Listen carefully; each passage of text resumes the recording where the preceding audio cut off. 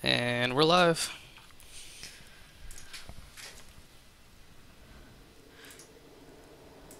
Just gonna wait a minute or two for people to come in, maybe.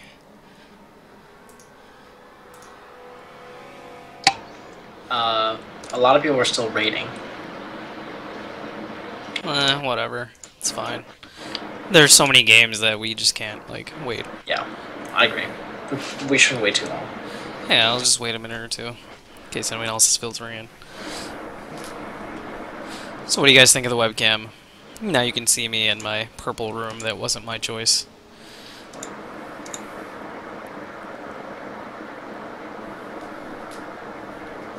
I do have to say, your voice does not match who you are. My voice doesn't match who I am. Yes. What the hell is that supposed to mean? I have no idea. I don't know. I just don't imagine you looking like that. Whatever. My webcam also does this weird thing where it follows my face. That's kind of creepy. So if I, like, move, like right now I just moved, like, the webcam will turn. So That's weird. really freaky. It is really freaky. But it has this thing where it does like a motion sensor thing, and I can set it. And then, so like if somebody came into my room or something, or if you have a business or something, you can set it for that, and then it'll automatically start recording. I was like, what the hell? That's kind of cool. I only got this one because it was like the cheapest one that had HD. Mm-hmm. So, well, anyways, I'm gonna switch to the brackets. And we'll just kind of review what we went over earlier. So, the only thing we've casted so far is Thunder vs. Undying Lego, where Thunder 2-0'd him.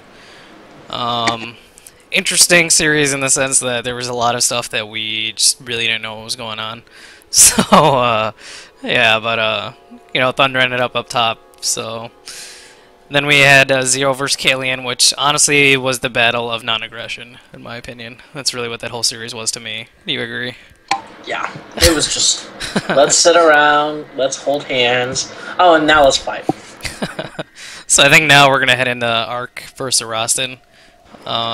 Give you an idea, Ark was second place last tournament. Arostin didn't play in the first tournament, but I know he's like silver. Or he may actually be bronze now because he hasn't been playing, but he was silver. So, I mean, there's a gap there. Ark is probably the favored.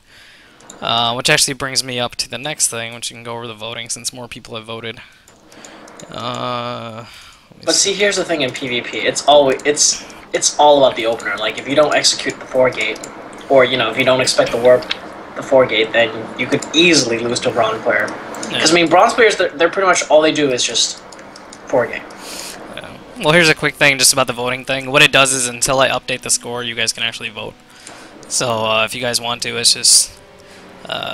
it's challenge, which is CHALLONGE.com/blameroll2, and if you just go there, you know, you can actually vote on the matchups. So, you know, we have 2 that are already gone, so you can't vote on those, but we have Jarrett versus Nosferit, Bregor versus myself, Ark versus Arostin, which we're going to cast here in a second, Sunblank Simus, Todd and Dendro, and then Slide and Germ. So right now, Ark, Todd and Slide all have 100% so far, everyone voting for them. So we'll kind of see what happens there. But, yeah. That's pretty much that. So we're going to go ahead and jump into the games now.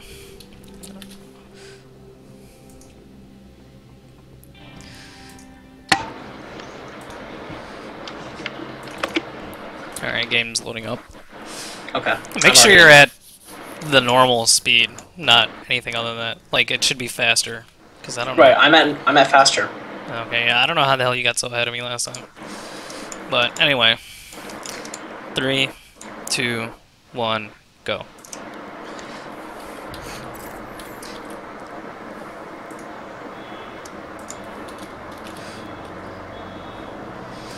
And here we go. Alright, top right, we have Natty G, who is actually Arostin, so if I call him Arostin, that's who that is. And he's Protoss. And on the bottom left, we have Ark, who was the second place finish from our first tournament. Who actually beat you to play Jarrett. Yes, he did. Actually, he beat me too, so that's okay. He eliminated me from the first tournament. I won the first game against him, and then I lost 2 straight against him. Yeah, I think I think he won the first game versus me. I won the second. He won the third or something. I don't remember. Oh, that's not bad. Yeah. Well, anyways, so we got a PvP here. Pretty sure we're not going to see anything other than a 4-gate, but yeah, I don't know. We'll see. This is again Cloud Kingdom LE. It's always going to be the first map for the tournament each time. So everyone will be pretty familiar with this, but just real quick while we're waiting for something dramatic to happen. This is generally where your natural is going to be at, and you can wall off here, but I don't know. In PvP, I don't think you really see wall offs too often. So the third is go ahead. Because I was gonna say you don't wall off because typically like your main army composition, at least early game, is all gonna be about stalkers. Yeah, the question here is is someone gonna make a zealot first or not? Like I always say, forget the zealot, just make the stalker.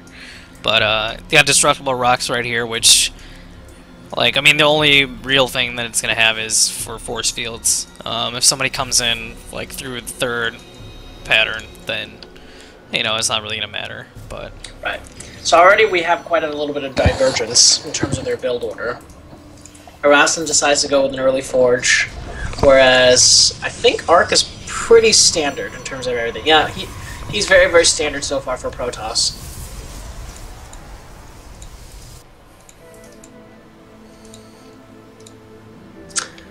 So Erasmus decides not to get a Zealot. I think he also has no Cyber Core.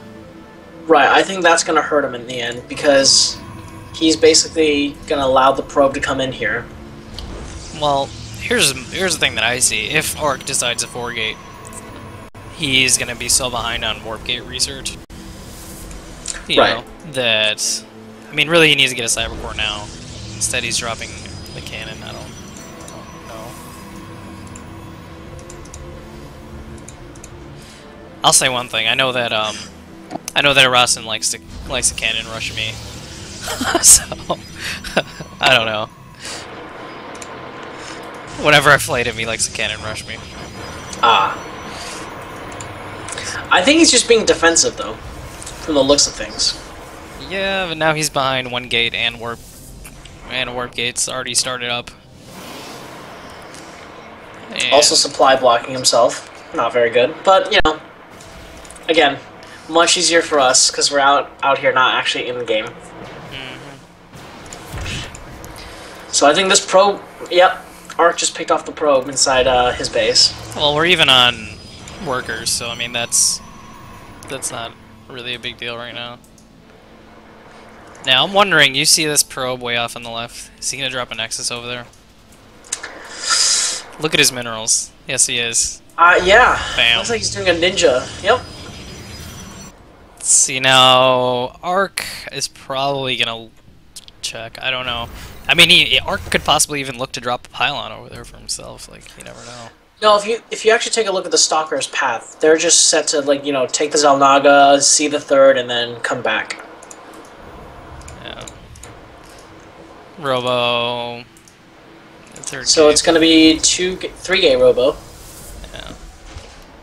This warp gate just finished, and just to give you an idea, Natty G's just started it right now. I mean, I guess the cannons will help him with that, at least, if Arc was being aggressive, but I don't think he is. I think Arc is just playing it safe. Yeah. Which actually, if I were him and I had known that there was no Cybernetics Core, wouldn't you want to attack? Or maybe you just figure the cannons are enough of a deterrence that he doesn't want to. Well, the cannons are going to be more than enough of a deterrent, because think about it. They do 20 damage a pop. The same complaint I had before. Okay, if you get that forge and get that early forge, or why get it only for the cannon? Why not at least get +1 attack? Because I think he's wanting... Oh. Twilight Council, third gateway. So no Robo. No, he does have a Robo coming out. He's going to be 4-gate Robo with a Twilight Council. Oh, yeah, you're right. Interesting. Looks like Arc wants to move out here. I don't know. Yep. Now, actually, see, what I'm actually very impressed with is Arasan is pretty much matching Arc probe for probe. He's actually got him on the tech, but he's a little behind. Like, I mean, he has the same tech, everything coming. It's just a little behind. But he got his Nexus up a lot sooner. Right. So if you look at it actually right now, they're about equal in terms of minerals. Hold on. Dark Shrine. Yep, DTs. But, you know, DTs aren't going to do anything here because Ark already has an ops in the front position. Well, but, I mean, again, I don't know much about PvP, but what if he just used the Dark Shrine for DTs and just made them into Archons? Because he can do that too. Archons don't really do well in PvP, because if you think about it, right? What's the Archon specialty? Killing bio. It's against light units. Light units would be Zealot, aren't they? It's actually specifically biological. The shock thing. Okay. So it does great against Zerg, does great against Terran, but, you know, the only biological unit pretty much is the Zealot. And, you know, if you want to do splash them Zealots, Colossus. So actually, I wonder if Ark is going to see it. Ark doesn't know about his Nexus. Oh, is the Dark Shrine hidden at the... yeah, it is. Okay. Oh, also, Warp Prism. Mm-hmm. Well, this is interesting. Rastin, you sneaky little devil. I like this. Because if he drops a couple of DTs back here... If he did it in his main, he would do a lot. He can even do it as natural, because look at it. There's an obs overhead, though. Oh, there is, okay. Yeah, it's not like way out too far away, but it's close enough that he would have enough reaction time. Now, see, Ark has got to be suspecting DTs or something, because he's at his natural and he doesn't see any. So the Warp Prism is out. Yeah, he's expecting something. I think here's going to come the 4 warp. Whoa, bottom right. Wow. See, now, I'm not too crazy about this, because he cannot protect all of this. No, he can't. But the thing is, though, see, Ark isn't really scouting or anything. He's just, you know, building up his army a little bit. I think he's just assuming that he's going to come in and attack. Right. Well, which is true. Well, the prism's starting to make itself down. Yeah. But if you look at this, actually, he's even on probes. Pretty much. I mean, it's close. 45, 48. Rostin's +1's about to finish. Yep. And then we can see Ark he sees the going Warp in. Prism. Was he going to react in time? The DTs aren't going to do anything, because he's got... Yeah, he's got the obs there. Yep. Pull the Warp Prism back. No. He's going to lose that. No, he just warped in some stalkers. They're going to come in right now. Yeah. He should just pull it back. Yeah. I think if he did it in the main, he would have gotten a crap ton. Honestly. But what's done is done. Well, I mean, Ark's patrolling for bases now. He's trying to figure out where he is. But the places he hasn't looked are the places where he has them. Also, look at this. Look at the supply difference. Oh, yeah. Now we have Void Rays coming from Natty G. But Void Rays, you know, Void Rays are not very good in PvP. Because Stalkers count on them way too easily. Yeah. He's splitting his army up. Did he find these bases? No. No, I don't think he's going for the base. I think he's just going for a straight-up attack right now. Yeah, and he's getting his third up here. I wonder if he knows that this is coming. No. He has no watchtower control, and his obs isn't there right now. No.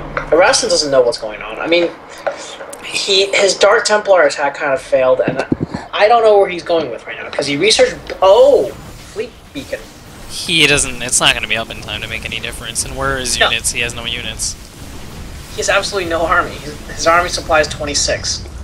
I mean, he's got a couple of Blink Stalkers here, but, you know, that's not going to do anything. Yeah, I'm not sure what he's going to try and do here.